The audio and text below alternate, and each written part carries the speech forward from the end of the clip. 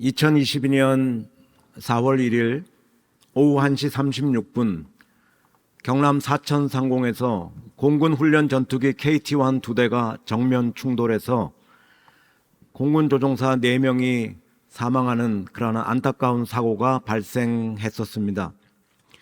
흔히 전투기는 기체 결함 혹은 기상 악화 그리고 조종사의 실수 등으로 추락하는 일이 가끔 있기는 하지만 전투기가 정면 충돌해서 전원이 사망하는 그러한 예는 첫 번째였기 때문에 우리의 많은 안타까움을 자아냈었습니다. 현재 제 주변에 공군사관학교를 졸업하시고 전투기 조종사로 근무를 하시다가 지금은 민항기의 기장으로 근무를 하시는 장로님과 집사님이 계셔서 전투기에 관한 기사가 나오면 다른 어떤 프로그램보다도 더 관심을 가지고 지켜보곤 합니다. 현재 우리나라의 공군사관학교는 오랫동안 한 학년이 120명으로 유지가 되어 왔었는데 우리가 공군의 중요성이 강조되면서 최근에 이르러서는 2배에 가까운 235명이 한 학년에 정원이 되었고 남자는 39대 1, 여자는 83대 1의 경쟁력을 거쳐서 입학을 하게 됩니다. 모든 사람이 다 전투기 조종사가 되기를 원하지만 조종사가 되는 비율은 극비에 알려져 있고 대부분의 일반적으로는 20% 정도, 그래서 한 40명 정도가 전투기 조종사로 선발이 되고 특별한 훈련 과정을 거쳐서 한 사람의 조종사를 키워내는 데 드는 비용이 약 45억 원에 이른다고 합니다. 전투기 조종사들은 민항기를 몰고 순항을 하는 것이 아니라 급상승, 급하강, 급회전을 하면서 전투를 수행해야 되기 때문에 특별한 훈련을 받게 되는데 제가 그분들로부터 전해받은 몇 가지의 훈련 과정을 말씀드리면 다음과 같습니다.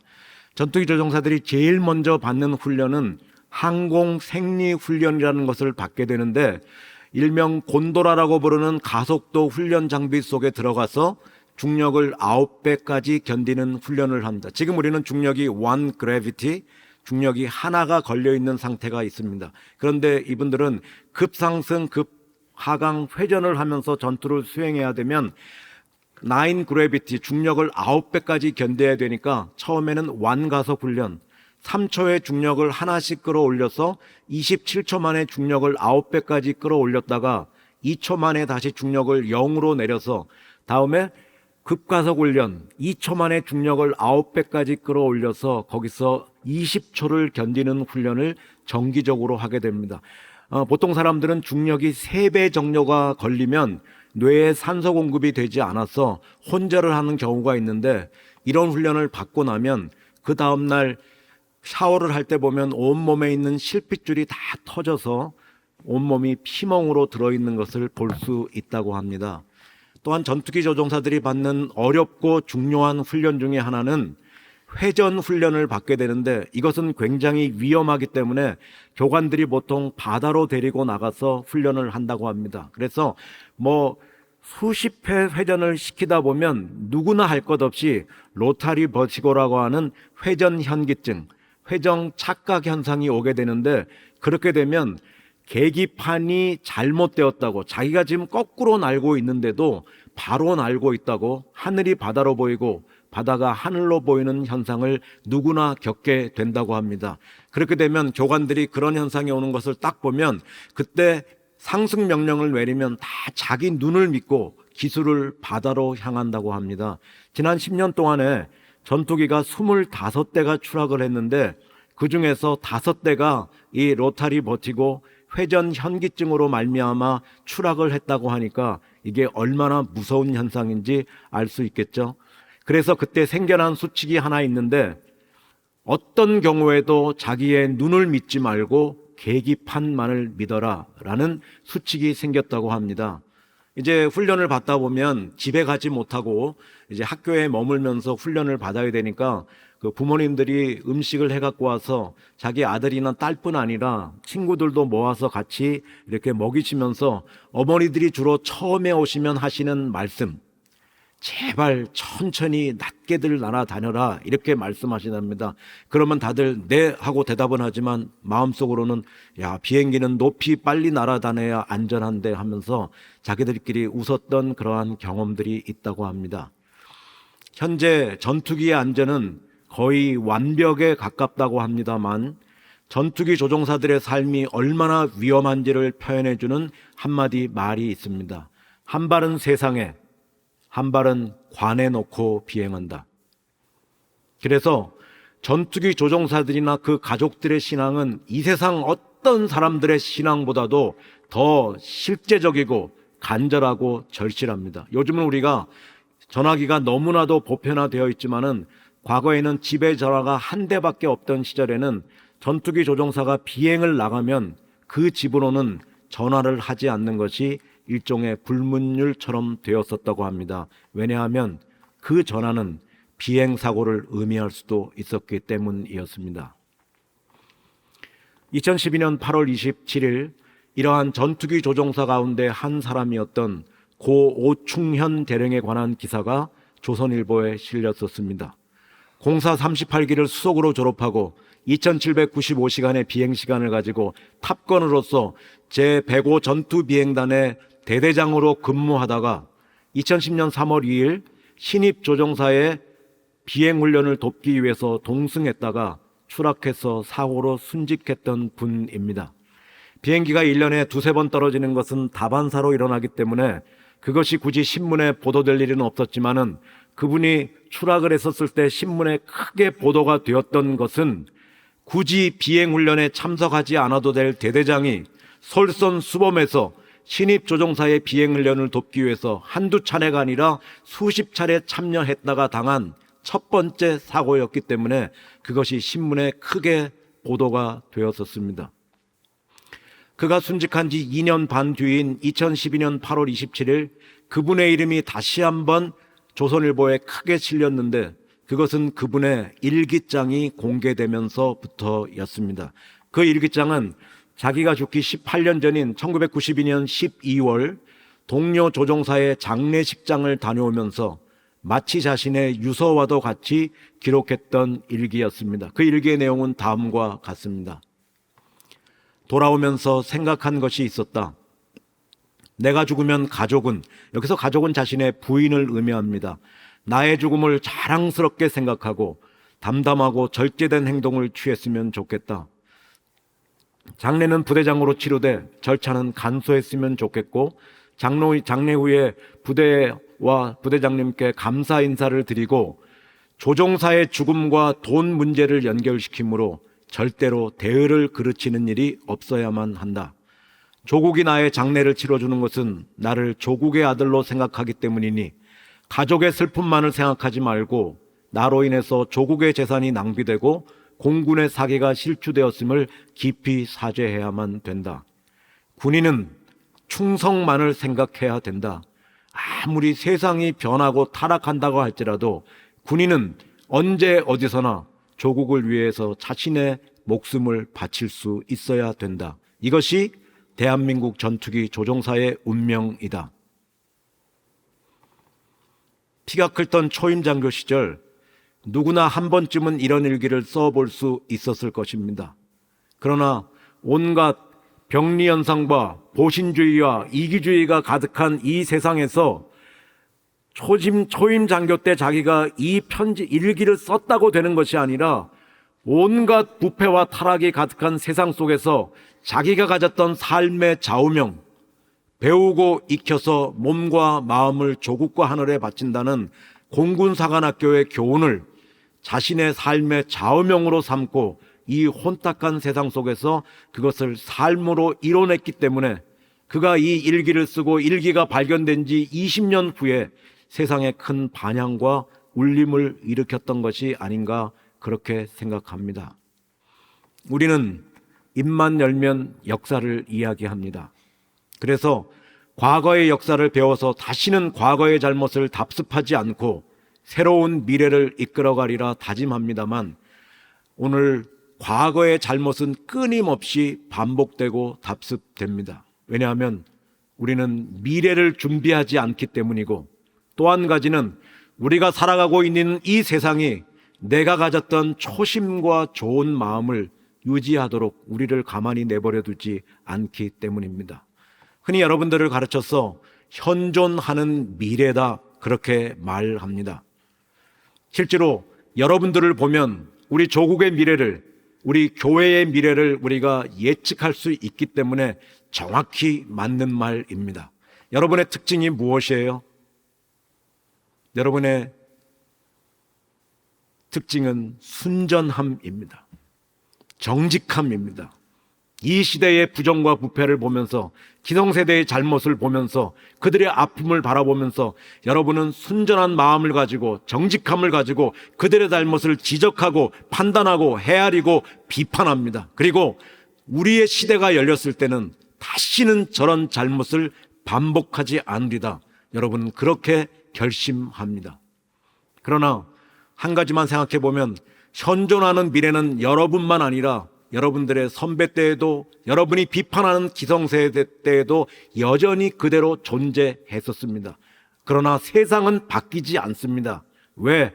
여러분이 가졌던 그 초심을, 순전한 마음을 이 세상은 지키도록 여러분을 그렇게 내버려 두지 않기 때문입니다. 여러분들이 지금 학교를 다니거나 직장을 다니거나 그렇다면 여러분이 가졌던 그러한 초심이 있지만 세상의 전통이라는 미명하에서, 관습이라는 미명하에서 여러분들은 여러분도 모르는 사이에 병리현상과 타락현상에 그냥 이슬비에 옷 젖듯이 여러분이 젖어 들어가다 보면 막상 여러분의 시대가 열렸을 때는 여러분은 개혁의 주체가 아니라 개혁의 대상으로 전락해버리고 마는 것, 이것이 지금까지 주는 역사가 주었던 교훈 아니겠습니까? 오충현 대령은 자기가 가졌던 20년 전에 가졌던 그 초심을 이 병리현상과 이기주의와 보신주의만이 가득한 세상 속에서 생명처럼 그 삶으로 이루어냈기 때문에 그가 오늘 우리의 가슴에 하나의 표상으로 살아남아 있는 것이 아닌가. 2010년 3월 2일 평창 황병산에서의 짙은 안개로 말미암은 추락으로 오충현 대령은 역사에서 퇴장한 것처럼 보입니다. 그러나 참된 군인의 자세가 거론될 때마다, 참된 군인의 변보기가 거론될 때마다 그분은 다시 역사에 등장하시게 될 것입니다. 하루를 상관으로 2012년 8월 28일 같은 신문에 한국교회에 관한 기사가 실렸습니다. 그것은 감리교단의 담임 목사직 세습을 금지하는 세습금지법에 관한 기사였습니다. 사실 감리교단은 세습으로부터 결코 자유롭지 못했습니다. 2001년 당시 세계 최대의 감리교회 중에 하나였던 광림교회의 김선도 목사님께서 광림교회를 그 아들 김정석 목사님에게 세습하신 이후에 그 동생 김홍도 목사님께서 금난교회를, 그 동생 김국도 목사님께서 임마누엘 교회를 아들에게 세습하셨습니다. 인천 숭이 감리교회가 3대 세습을 시행했고 부평 감리교회가 3대 세습을 준비하고 있는 등 세습을 못하면 바보라는 말이 나돌 정도로 감리교단은 세습으로부터 결코 자유롭지 못했습니다. 한국 대형교회의 세습의 문제가 거론될 때에 어쩔 수 없이 다시 등장할 수밖에 없었던 분이 한 분 계셨습니다. 그것은 1997년 5월 당시 세계 최대의 장로교회였던 충현교회를 그 아들 에게 물려주심으로 말미암아서 오늘 한국 대형교회의 세습의 물꼬를 켰던 김창인 목사님이셨습니다. 김창인 목사님은 저 같은 미말에 처한 종이 함부로 그분의 생을 평가할 수 없을 정도로 하나님께서 한국교회에 내리셨던 가장 커다란 축복 중에 하나입니다. 하나님께서 우리 김창인 목사님을 통해서 얼마나 놀랍고 아름다운 일들을 우리 한국 땅에 펼치셨는지 우리는 다 이루 헤아릴 수 없습니다. 그러나 인간은 그 누구도 완벽하지 못합니다. 저 같은 목사는 하나님을 가르치는 손가락, 주님을 태운 나귀에 불과합니다. 저의 모든 사역을 통해서 성도들이 다 하나님 한 분만 바라볼 수 있도록, 그리고 저의 사역이 끝나고 손가락을 거두었을 때 오늘 잔영이 남지 않도록 자기를 가리는 훈련, 자기를 감추는 훈련을 했어야 됐는데 김창인 목사님께서는 이 점에 있어서만은 실패하셨습니다. 이것은 저의 평가가 아니라 김창인 목사님 스스로의 평가이십니다. 2012년 6월 12일 이천의 한 교회에서 열렸던 원로 목사 기도회에서 김창인 목사님께서는 휠체어를 타신 때 이 앞에 나오셔서 제 일생일대의 최대의 실수는 충영교회를 제 아들 김성관 목사에게 물려준 것입니다. 그것도 하나님의 방법이 아니라 세속적인 편법을 통해서 물려준 것입니다. 이것을 하나님과 여러분 앞에 사죄합니다 라고 회개의 고백을 하셨고, 그 길로 서울 역삼동에 있는 충영교회 앞에 가서 휠체어에 타신 채 그 아들 김성관 목사에게 당회장직에서 물러날 것을 촉구하시는 성명서를 읽으셨습니다. 김창인 목사님께서 충영교회를 그 아들 김성관 목사님에게 물려주실 때 행동의 기준이 무엇이었습니까? 하나님 말씀이었습니까? 아니면 인간의 노욕이었습니까? 그때 물려주실 때의 방법이 하나님의 방법이었습니까? 아니면 세속적인 편법이었습니까? 결정적인 순간에 하나님의 말씀을 기준 삼고 그 말씀을 따라 행하지 않은 경우가 얼마나 놀라운 처참한 결과를 지어냈는지 모릅니다. 당시 2만 5천 명이 모이던 충영교회가 서로 간에 아버지파와 아들파와 그렇게 나눠져서 싸우면서 지금은 5천 명밖에 남지 않는 그 비극의 씨앗을 누가 심느냐? 결정적인 순간에 하나님 말씀을 기준 삼고 그 말씀을 따라 행하지 않은 결과가 초래한 것 아니었습니까? 2012년 10월 2일 새벽 3시 김창인 목사님은 하나님의 부름을 받으셔서 하나님 나라로 가셨습니다. 역사에서 퇴장한 것처럼 보입니다. 그러나 한국교회 세습의 문제가 거론될 때마다 그분은 다시 역사에 등장하시게 될 것입니다. 아니, 20세기 말 21세기 초에 한국교회가 얼마나 말씀에서 벗어나 있었는가, 얼마나 부패하고 타락했었는가 하는 문제가 거론될 때마다 그분은 다시 역사에 등장하시게 될 것입니다. 일개 세상 나라를 위해 살아가는 군인도 자기가 가졌던 삶의 좌우명을 공군사관학교의 교훈을 생명처럼 여기고 혼탁한 세상 속에서 이것을 이뤄내려고 그렇게 몸부림쳤는데 오늘 영원한 본향 하나님의 나라를 나그네와 행인으로 살아가면서 하나님 앞에까지 가지고 갈 수 있는 영원한 것을 추구한다고 하는 우리 목회자들의 모습이, 아니 다른 사람들은 차치하고 저의 삶의 기준은 무엇이고 저는 저의 삶으로 지금 무엇을 성취해 가고 있는가를 보면서 하나님 앞에서 깊이 회개했던 적이 있었습니다. 흔히 우리 기독교를 가르쳐서 말씀의 종교라 그렇게 말합니다. 이것은 내 소원, 내 기준, 내 바램을 가지고 내 마음대로 신앙생활하는 것이 아니라 하나님 말씀을 바로 알고 그것을 기준으로 삼고 그것을 성취해가는 종교라 하는 말입니다. 그러므로 우리가 하나님 말씀 알지 못하고서는, 안다고 할지라도 그것을 내 삶의 기준으로 삼지 않고서는, 기준으로 삼는다고 할지라도 그것을 내 삶으로 성취해가지 않고서는 우리는 결코 참다운 그리스도인의 삶을 살아갈 수 없습니다.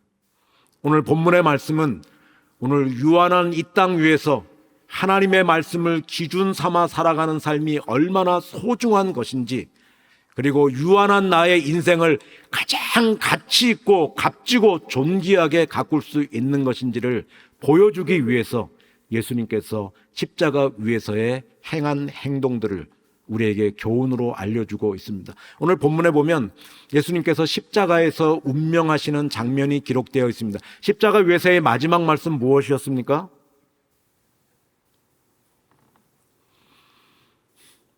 갈릴리 청년부, 십자가 위에서의 마지막 말씀. 샬롬 청년부는 이미 공부가 잘 돼갖고 이제 잘 할 수 있습니다. 십자가 위에서의 마지막 말씀, 다 이루었다. 원래 원문은 테텔레스타이, 완료 수동태가 되어서 it is finished. 다 이루어졌다라고 번역이 되어야 됩니다. 뭐 예수님이 다 이루셨던 아니면 그것이 다 이루어졌던 간에 무엇을 다 이루셨고 무엇이 다 이루어졌다는 말씀이겠습니까? 자신을 통해서 이루어져야 될 하나님의 말씀이 다 이루어졌다는 말씀 아니겠습니까? 예수님께서는 자신을 이 땅에 오신 자신을 통해서 이루어져야 될 하나님의 말씀이 무엇인지를 아시고 그것을 삶으로 성취해가는 그러한 삶을 사셨던 것을 여러분 볼 수가 있습니다. 여러분 한 번만 생각해 보십시오. 탄생부터 죽으심까지 예수님을 통해서 이루어지지 않은 말씀이 단 하나라도 있었습니까? 예수님께서는 미가서 5장 2절의 말씀을 따라서 베들레헴에서 탄생하셨습니다. 이사야 7장의 예언을 이루기 위해서 동정녀의 몸에서 나셨고 이사야서 9장 1절과 2절의 예언을 이루기 위해서 갈릴리를 중심으로 천국 복음을 증거하셨고 스가랴서 9장 예언의 말씀을 따라서 새끼 나귀를 타시고 입성하셨고 이사야 53장의 예언을 따라서 우리를 위해서 십자가 위에서 고난 당하셨습니다. 탄생부터 죽으심까지 예수님의 생은 자신을 통해서 이루어져야 될 하나님 말씀을 바로 아시고 기준으로 삼고 그것만을 성취해가는 삶을 사셨던 것을 볼 수 있습니다. 여러분 그뿐만이 아닙니다. 오늘 본문에 보니까 예수님께서 십자가 위에서 뭐라고 말씀하세요? 딥소 내가 목마르다 이렇게 말씀하시니까 사람들이 신 포도주가 가득 담긴 그러한 항아리에서 해면 스폰지 같은 겁니다. 해면을 적셔서 우슬초 갈대에 대해서 예수님의 입에다가 대니까 예수님께서 어떻게 하셨다고요? 그것을 받으셨다라고 받아 마시셨다라고 기록이 되어 있습니다.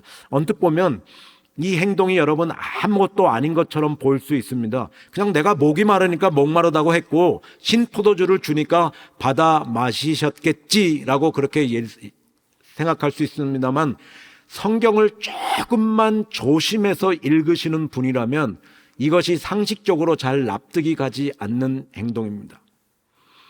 여러분께서 다른 어떤 교회보다도 더 아름답게 신앙생활 하시고 또 말씀을 잘 공부하시니까 아마 십자가형의 의미가 무엇인지를 잘 아실 거예요. 십자가형은 일벌백계형입니다. 십자가형은 로마의 체제를 전복시키려고 했던 구테타범들이나 다른 사람을 살인했던 살인범들만 받는 제일 극악한 형벌이에요. 로마 시민권자들은 어떤 잘못을 범해도 십자가에 매달지 않고 단두대에서 단칼에 고통 없이 생을 마감하게 마지막까지 예우를 그렇게 해줍니다. 십자가형은 나무에 매달고 가능한 한 오래 살려두는 거예요. 적게는 3일, 많게는 8일, 9일. 그리고 십자가에 박은 목에서 물과 피가 흘러내리고 그리고 더위와 추위를 견디면서 사람이 말라 죽어가는 모습을 보면서 다시는 저런 죄를 범할 생각조차를 못하게 하는 형벌이 뭐냐? 십자가형이에요. 그리고 그렇게 사람을 오래 버틸 수 있게 만들어 놓은 것은 십자가가 발판을 지지하고 있게 되기 때문에 이 형벌이 얼마나 무도한 형벌인지 얼마나 극렬한 형벌인지 사형수에 대한 마지막 배려로 마취제의 효능을 지닌 쓸개탄 포도주를 마시우게 하고 십자가의 못을 받고 세웠었습니다. 마태복음 27장 34절에 보면 관례를 따라서 로마 군병들이 예수님에게도 이 쓸개탄 포도주를 마시우게 했습니다. 그런데 예수님께서 그것을 맛보시고 거절하셨다고 기록이 되어 있습니다. 여러분 이 땅에 우리의 죄를 위한 희생제물로 속죄제물로 화목제물로 오셔서 하나님 나라를 이 땅에 선포하시고 3년의 공생애를 마치고 이제 우리를 위해서 십자가 위에서 달리시는 예수님께서 마취제를 드시고 정신이 혼미한 가운데서 십자가를 지신 데서야 말이 되겠습니까? 정작 필요할 때 필요한 포도주를 거절하셨던 예수님께서 운명하시기 직전에 새삼스럽게 신포도주를 마시실 까닭이 조금도 없었습니다. 더욱이 목이 가란 사람에게 신포도주는 식초와도 같기 때문에 더더욱 마실 수가 없었습니다. 그럼에도 불구하고 예수님께서는 사람들이 자기를 놀리기 위해 주는 신포도주를 받아 마시셨다라고 기록이 되어 있습니다. 예수님이 여러분 바보가 아닌 다음에야 왜 이토록 어리석어 보이는 행동을 하셨겠습니까? 거기에 대한 답이 오늘 본문 28절에 나오고 있습니다. 그 후에 예수께서 그의 모든 일이 다 이루어진 줄 아시고 히나 텔레이오세 헤 그라페, 성경이 성취되도록 하기 위해서, 말씀이 응하여지도록 하기 위해서 그렇게 하셨다는 것입니다. 시편 69편 21절에 보면 하나님께서는 예수님께서 십자가 위에서 당하실 마지막 모습에 대해서 이렇게 예언하셨습니다. 저희가 쓸개를 나의 식물로 주며 갈할 때에 목이 마를 때에는 초를 마시게 하였사오니, 십자가 위에서 생명의 심지가 꺼져가는 그 순간에도 예수님께서는 이 말씀 기억하셨습니다. 그래서 타는 목마름에도 불구하고 이 말씀 성취하시기 위해서 식초와도 같이 신 포도주를 받아 마시셨던 것. 그래서 자신의 삶을 정리하실 때 테텔레스타이, 다 이루어졌다라고 그렇게 당당하게 자신의 삶을 정리하실 수 있었던 것입니다. 그렇다면 사랑하는 여러분, 예수님을 우리의 푯대로 삼고 우리의 스승으로 삼고 그 뒤를 따르는 우리 제자들의 모습이 어떠해야 되겠습니까? 하나님 말씀 바로 알고 그걸 기준으로 삼고 그것을 우리의 삶으로 성취해 가는 것이 정상적 모습 아니겠습니까? 이 땅을 떠날 때 우리의 마지막 고백, 여러분 무엇이어야 되겠습니까? 테텔레스타이, 다 이루어졌다. 나는 부족했지만 연약했지만 벌레먼도 못한 나를 위해서 그리스도 구주 예수께서 자신의 몸 다 찢어서 나를 구원하여 주시고, 내게 영적인 눈과 영적인 귀를 열어주시고 필요한 것 채워주시고 어떠한 일 만나든지 합력해서 선을 이루게 하시고 나한테 두 번째 생의 기회를 주신, 그리고 나의 죽음을 책임져 주시는 주님이신 것을 제가 믿고 부족했지만 연약했지만 부르신 자리에서 오늘 말씀대로 살다가 다 이루고 왔습니다. 이것이 이 땅을 떠날 때에 우리의 마지막 고백 되어야 되지 않겠습니까? 그렇게 하기 위해서는 오늘 이 시간부터 우리의 기준을, 삶의 기준을 다시 한번 정돈하고 점검하는 것이 필요하지 않을까 그렇게 생각합니다. 예배 시간에 강대상 위에서 제 개인적인 말씀을 드려서 대단히 죄송합니다만 용서하고 들어주셨으면 합니다. 저는 1988년부터 1995년까지 네덜란드의 깜번이라는 곳에서 7년간 공부를 했었습니다. 이제 공부를 마치고 이제 우리나라로 돌아와야 될 때가 되었는데, 그때 제 큰아이의 나이가 초등학교 3학년. 그래서 여러분들 가운데 혹시 외국에 주재원으로 나가거나 유학을 갔다 가거나 또 오신 분이 계실지 모르겠는데, 외국에 갔던 우리 자녀들이 우리나라에 돌아와서 초등학교에 정상적으로 적응할 수 있는 마지막 데드라인은 3학년 2학기. 아무리 늦어도 4학년 1학기를 넘으면 정상적으로 학교에 적응할 수가 없게 되어 있습니다. 우리 아이도 그러한 나이를 이제 맞이하고 있어서 우리 안사람이 한국에서 교과서를 가져다가 그냥 매일 저녁에 2-3시간씩 공부를 시키는 것이, 그래서 이제 저는 타운하우스에 살았는데 뭐 1층에 거실과 이제 식당이 있었으니까 저녁을 먹고 나면 저는 이제 TV에서 네덜란드 뉴스를 이제 보고 아이는 식탁에서 엄마와 같이 이제 한 2-3시간 공부를 하는 것이 그냥 보통 일과였습니다. 보통 때는 그냥 조용하게 이렇게 다 공부가 끝나고 일과가 마치는데, 그날은 좀 이렇게 좀 소리가 나고 애가 좀 이렇게 꾸중을 받는 것 같았어요. 그래서 제가 가정의 평화를 위해서 얼른 텔레비를 끄고 그 다음에 무슨 일이 일어나는가 한번 가봤더니 아이가 산수 나눗셈 공부를 하는데 문제는 이런 것이었습니다. 사탕이 12개가 있는데 친구가 3명이 놀러 오면 몇 개씩을 나눠줄 수 있느냐? 답은 두말할 것도 없이 12 나누기 3, 4개씩이었습니다. 근데 우리 아이는 자꾸 다른 대답을 했어요. 그래서 제가 사탕을 12개를 갖고 왔어. 그래서 철웅아, 사탕이 12개 있어. 근데 제가 손으로 이렇게 나눴더니 계속해서 3개라고 해서 왜 그러냐 그러니까 저도 먹어야 되니까요. 이거 요즘에는 이런 대답을 하는 친구들이 꽤 많이 있습니다. 그런데 이것은 이 문제가 요구하는 답은 아니었습니다.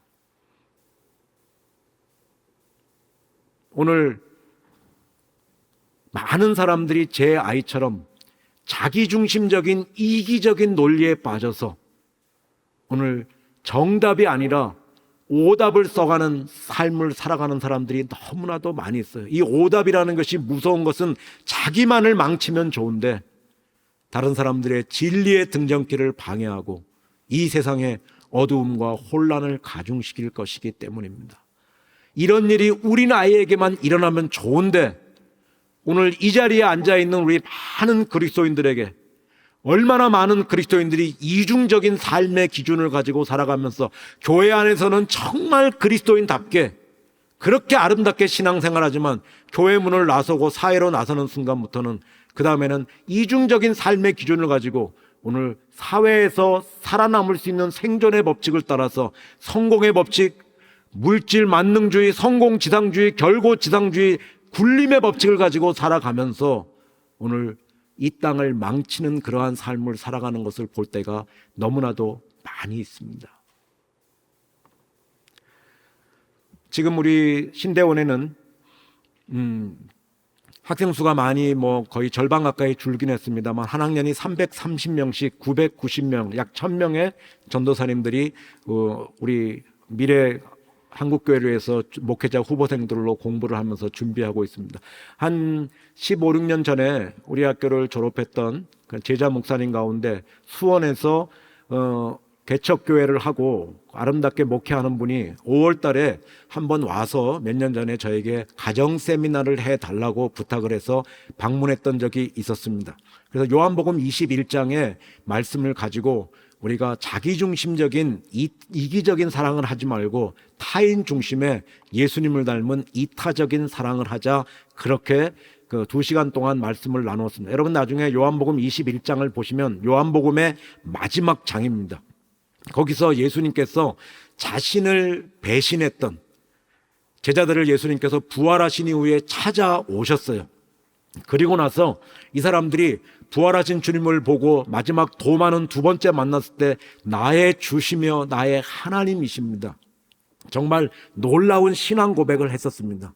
그리고 나서 막달라 마리아는 부활의 증인이 되어서 부활의 복음을 그렇게 전하고 다녔는데 이런 놀라운 고백을 했던 제자들은 고백에 합당한 삶을 살지 못하고 갈릴리 바다로 고기나 잡으러 가자 해서 또한 기대에 전혀 부응하지 못하는 삶을 살아가던 현장이 요한복음 21장입니다. 예수님께서는 이제 너희는 더 이상 기대가 가망이 없다, 그렇게 버려두지 아니하시고 예수님이 갈릴리 바다로 제자들을 찾아가셨어요.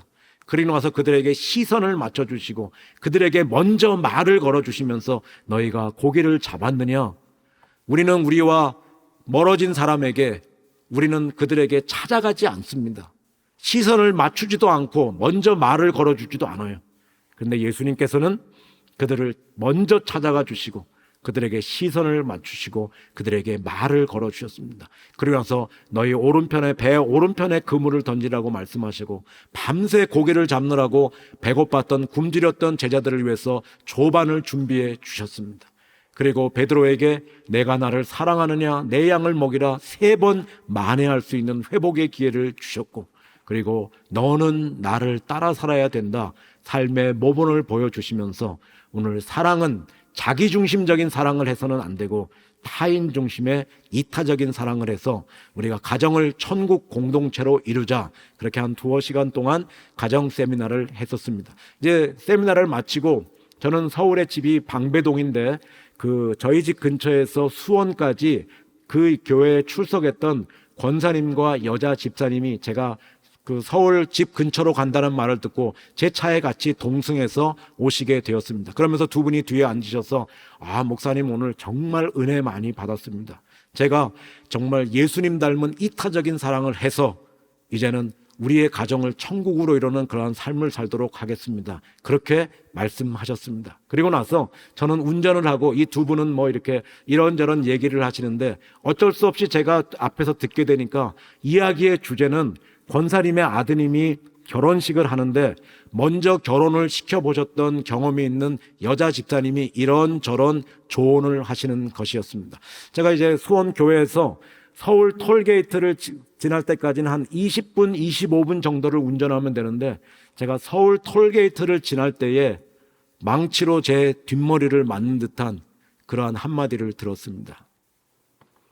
권사님, 처음에 잘 잡아야 돼. 이거 가정 세미나를 하지 않았으면, 그리고 이분들이 오늘 이타적인 사랑을 하겠다고 고백을 하지 않았으면, 그리고 이틀만 지났으면,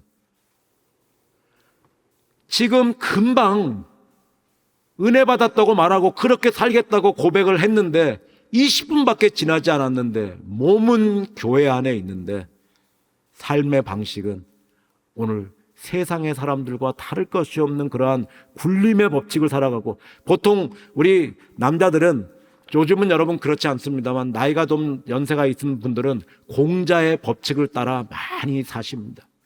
예수의 법칙이 아니라 여자는 여필종부, 남자를 무조건 따라와야 된다, 여자는 무조건 순종해야 된다, 남자는 뭐 부엌에 들어가서는 안 된다. 요즘 이렇게 되면 큰일 나겠지만 그러한 예수님의 법칙이 아니라 그냥 공자의 법칙을 따라, 유교의 법칙을 따라 사는 분들이 많아요. 그러면 여러분, 요즘에 여자 젊은 층의 사람들은 뭘 따라 많이 사는 줄 알아요? 동치미의 법칙을 따라 많이 삽니다. 텔레비에서 말도 안 되는 그러한 토크 프로그램에 나와서 그 하는 얘기를 그걸 삶의 지혜로 알아듣고, 저렇게 살아야지 고부간의 문제는 해결하겠구나, 저렇게 살아야 가정의 문제는, 성경 말씀은 간데 없고 몸은 교회 안에 있는데 삶의 방식은 철저하게 세속적인 방식을 따라서 이중적인 삶의 기준을 가지고 그렇게 살아가는 것이 세상에서는 지혜로운 것이라고 자기를 합리화하고 정당화하면서 오히려 말씀대로 살아가는 사람들을 비웃으면서 그렇게 살아가는 사람들이 있어요. 여러분 아직 결혼 안 하셨지만 제가 동치미 법칙보다도 더 좋은 법칙 하나 가르쳐 드릴게요. 어떤 분이 저에게 와서 가끔 그런 말 합니다. 교수님, 목사님, 제가 남편 다루는 법을 진짜 잘 알고 있어요. 제가 부부싸움하면 3일만 밥을 안 먹으면 제가 제가 그것보다도 더 좋은 방법 하나 가르쳐 드릴까요? 제가 아는 어떤 집사님 가운데 저에게 그런 말 하셨어요. 아름다운 가정을 이루는데 남편이 술을 먹으면 주사로 부인에게 폭력을 이렇게 행사하는, 그래서 따귀를 한 대 맞은 다음에 그 다음에 어떻게 했는지 알아요? 집에 있는 와인잔을 몇 개 깨버리고 그 위를 걸어가 버렸어요. 다시는 손을 안 댑니다. 동치미 법칙보다 더 좋은 것 같은데, 이 법칙이. 여러분, 우리를 가르쳐서, 그 권사님은, 그리스도인이었으면 이렇게 대답하셨어야 돼요.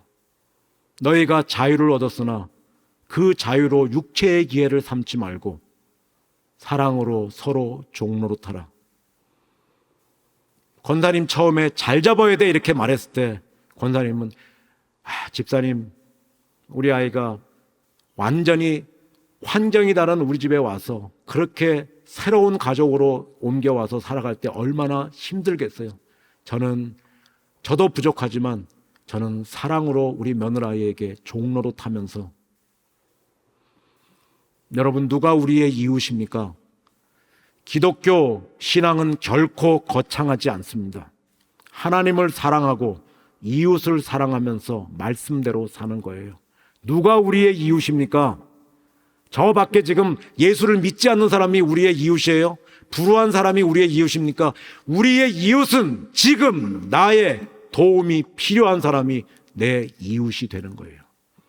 그분은 내 아버지일 수도 있고 내 어머니일 수도 있고 내 동생일 수도 있고 지금 내 옆에 앉은 그러한 나의 그러한 동료일 수도 있고 내 아내일 수도 있고. 여러분 혹시 힘 있는 남편이 있습니까? 힘 없는 아내를 위해서 여러분은 사랑으로 종노릇할 수 있어야 됩니다. 이게 예수님의 법칙이에요.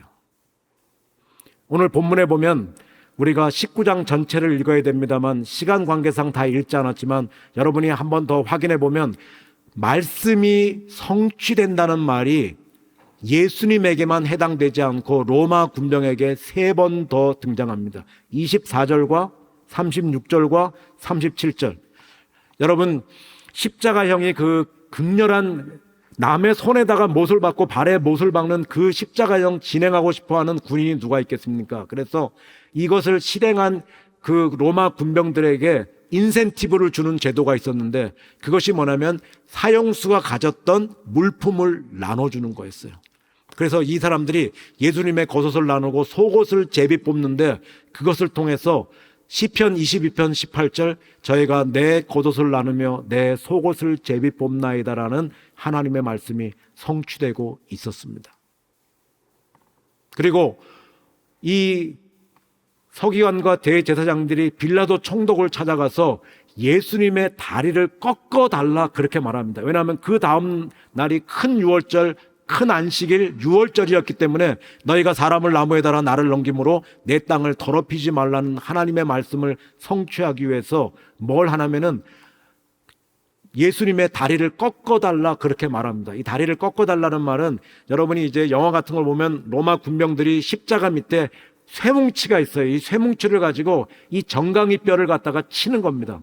정강이 뼈를 치면 이 정강이 뼈가 으스러져서 사람이 처지게 되고, 지지대를 딛고 있었는데 발이 무너지면서 지지대가 없어지니까 심장이 압박을 받아서 그냥 죽게 돼 있는 것. 그래서 총독이, 빌라도 총독이 이것을 허락하니까 로마 군병이 그냥 지나가면서 세 사람을 치고 가면 돼요.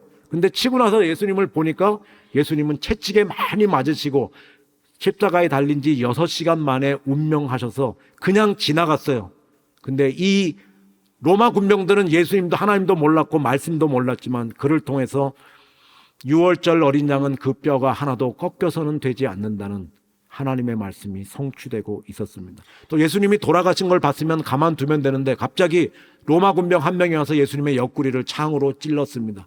그것을 통해서 스가랴 12장 10절 나를 찌른 자가 나를 볼 것이요라는 그 말씀이 성취되고 있었습니다.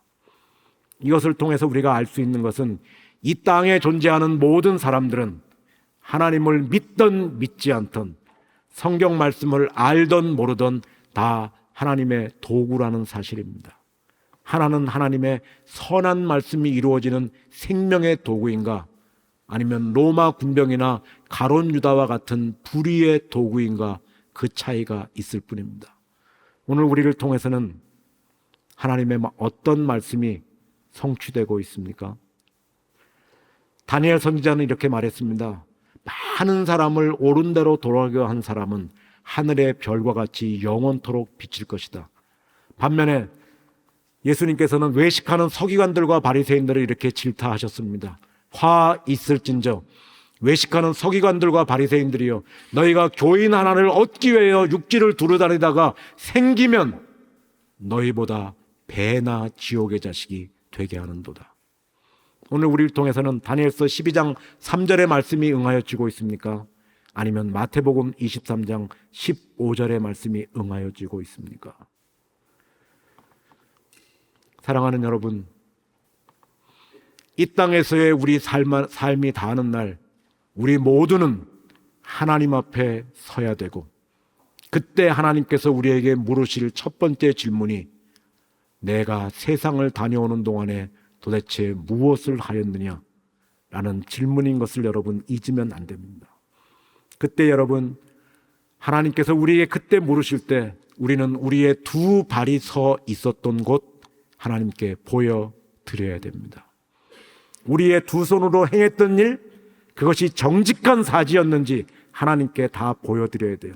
선물로 주신 머리와 가슴으로 품었던 생각들, 내 입으로 했던 말들, 그것이 사람을 살리는 말이었는지 아니면 죽이는 말이었는지 하나님 앞에 설 때 다 보여드려야 돼요. 여러분, 우리가 하나님 앞에 서는 날, 우리를 구원하시고 성령님을 우리 안에 보증으로 주시어서 우리를 말할 수 없는 탄식으로 도와주시는 그 하나님 앞에 우리가 설 때 부끄러움 없이 설 수 있도록 하기 위해서 하나님께서는 이 아침에도, 이 시간에도 우리에게 말씀하세요. 여러분, 다른 사람 어떻게 살아가든 우리 경산중앙교회 청년부들 말씀을 기준 삼아 살아갔으면 좋겠습니다. 여러분, 말씀으로 여러분을 채웠으면 좋겠어요.